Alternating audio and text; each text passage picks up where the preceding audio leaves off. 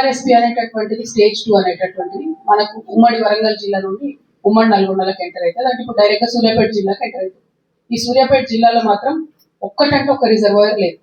ఇప్పుడు ఇరిగేషన్ మంత్రిగా ఉత్తమ్ కుమార్ రెడ్డి గారు ఉన్నారు కాబట్టి రుద్రమ చెరువు లాంటి రిజర్వాయర్లు సూర్యాపేటలో కట్టాలి, ఇంకా 2 3 కట్టాలి. కడితేనే ఎస్ఆర్ఎస్పీ స్టేజ్ 2 నుంచి వచ్చేటటువంటి వాటర్ మీకు సూర్యాపేట, కోదాడ, అట్లానే తుంగతుర్తి అన్ని నియోజకవర్గాలు కూడా హెల్ప్ అయ్యే అవకాశం ఉంటుంది. కాబట్టి రిజర్వాయర్ కట్టాలన్నది మొదటి డిమాండ్ చేస్తుంది. రెండవది, మీరే ఇరిగేషన్ మంత్రిగా ఉన్నారు కాబట్టి కాలువలకు లైనింగ్ చేపియండి అని చెప్పి డిమాండ్ చేస్తా ఉన్నారు. మూడవది, మూసీ ప్రాజెక్ట్. ఇదైతే మీకు తెలుసు, చాలా ఘోరం. ఇది సూర్యాపేట జిల్లాలో 30,000 ఎకరాలకు నీళ్ళు ఇచ్చే ప్రాజెక్టు. 2019లో గేట్లు కొట్టుకుపోయాయి. 2022లో గేట్ సీల్ కూడా ఊడిపోయి అది కూడా నీళ్ళలో పడిపోయింది. అప్పుడు ఇదే గుట్టనక్క గారు వచ్చి 285 కోట్లతోని నేను మూసీ ప్రాజెక్టు మంచి చేస్తాను ప్రగల్భాలు పలికి వెళ్ళిపోయారు. ఇంతవరకు అతి గతి లేదు.